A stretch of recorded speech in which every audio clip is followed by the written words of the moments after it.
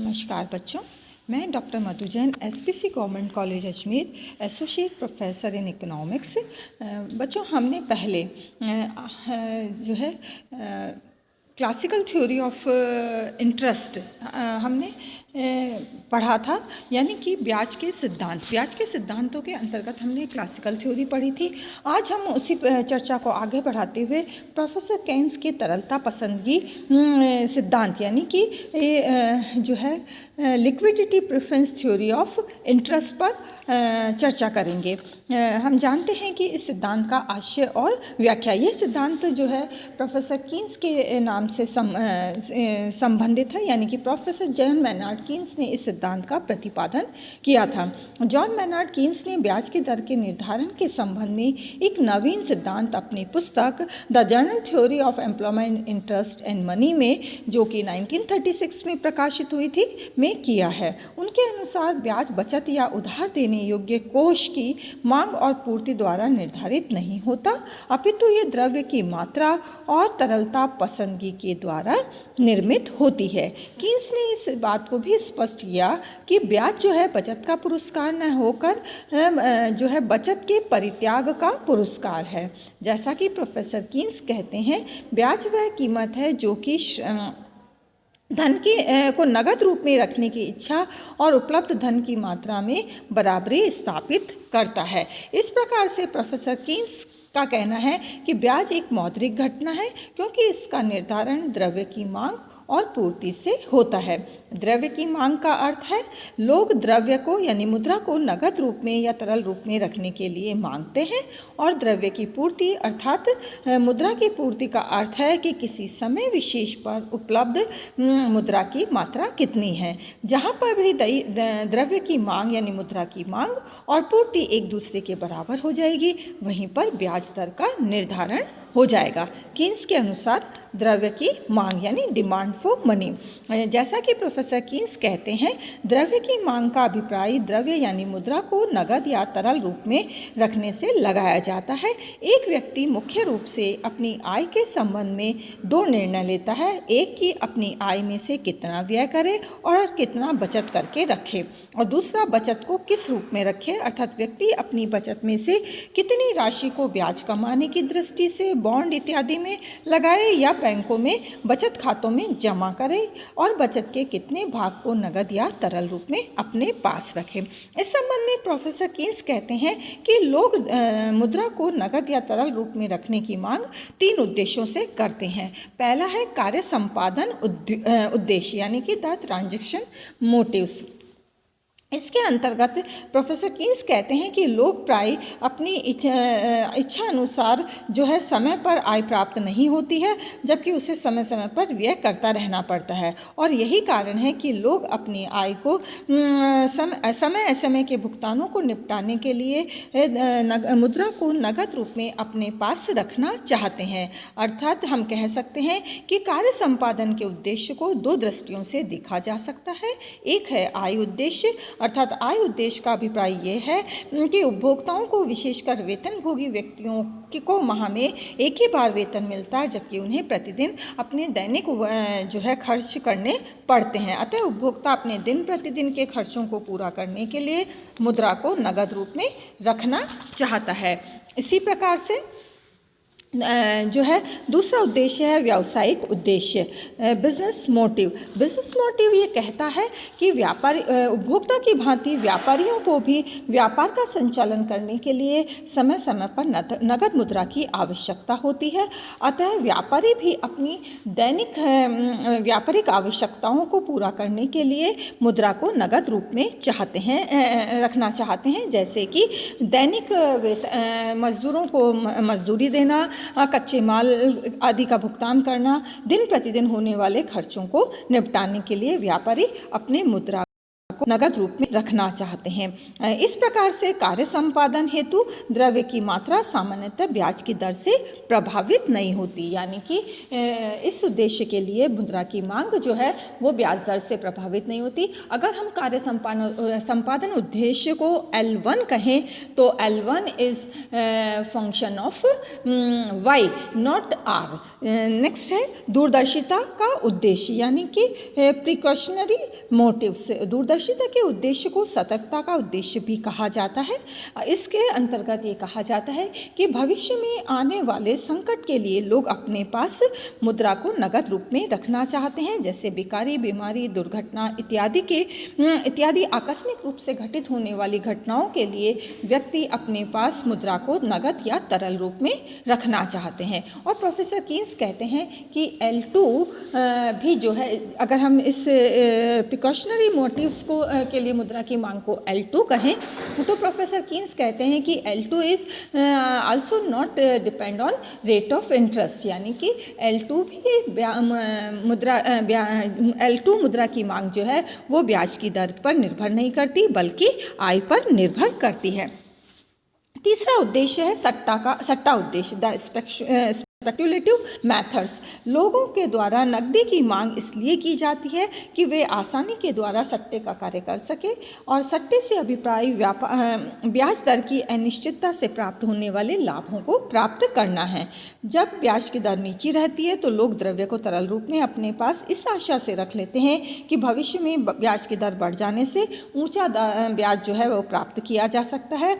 इसके विपरीत जो व्यक्ति ब्याज की वर्तमान दर को ऊंचा समझते हैं वे द्रव्य की नगद जो मात्रा है वो कम रूप में तरल रूप में रखेंगे। अर्थात हम कह सकते हैं कि इस उद्देश्य के अंतर्गत आकस्मिक रूप से होने वाले व्यापारिक उतार चढ़ावों के कारण लोग मुद्रा को नगद रूप में अपने पास रखना चाहते हैं ताकि वो अधिक लाभ प्राप्त कर सके।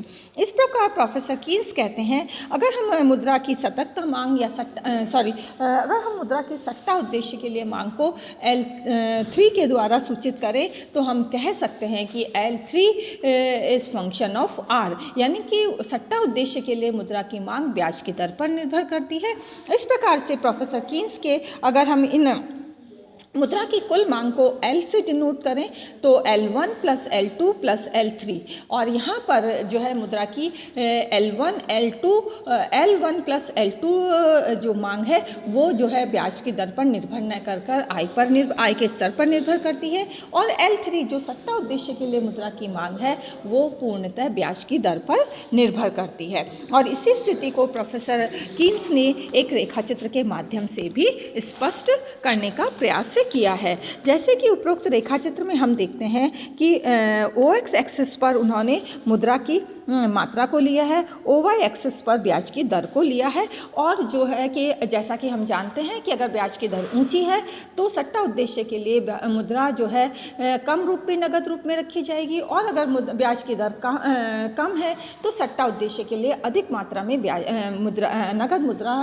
मुद्रा जो है वो नगद रूप में रखी जाएगी। और यही कारण है कि मुद्रा का जो मांग वक्र है वो यानी कि जिसे LP वक्र उन्होंने प्रोफेसर कीन्स ने तरलता पसंदगी वक्र का है वो ऊपर से नीचे दाईं ओर झुकता हुआ होगा, यानी कि उसका जो स्लोप है रेखाचित्र में बताया गया है कि वो जो है ऊपर से नीचे गिरता हुआ वक्र होगा, और एक बिंदु पर जाकर वो OX एक्सिस के पैरेलल हो जाता है। और इसी प्रकार से इस स्थिति का अभिप्राय यह है कि इस बिंदु के बाद चाहे ब्याज की दर ब्याज की दर जो है वो नीचे नहीं गिरेगी, चाहे मुद्रा की मांग कितनी भी कम या ज़्यादा हो, यानी कि OX एक्सिस के पैरेलल हो जाएगा। और इसी स्थिति को प्रोफेसर कीन्स ने लिक्विडिटी ट्रैप कहा है या तरलता जाल को बताया है। दूसरा है मुद्रा की पूर्ति।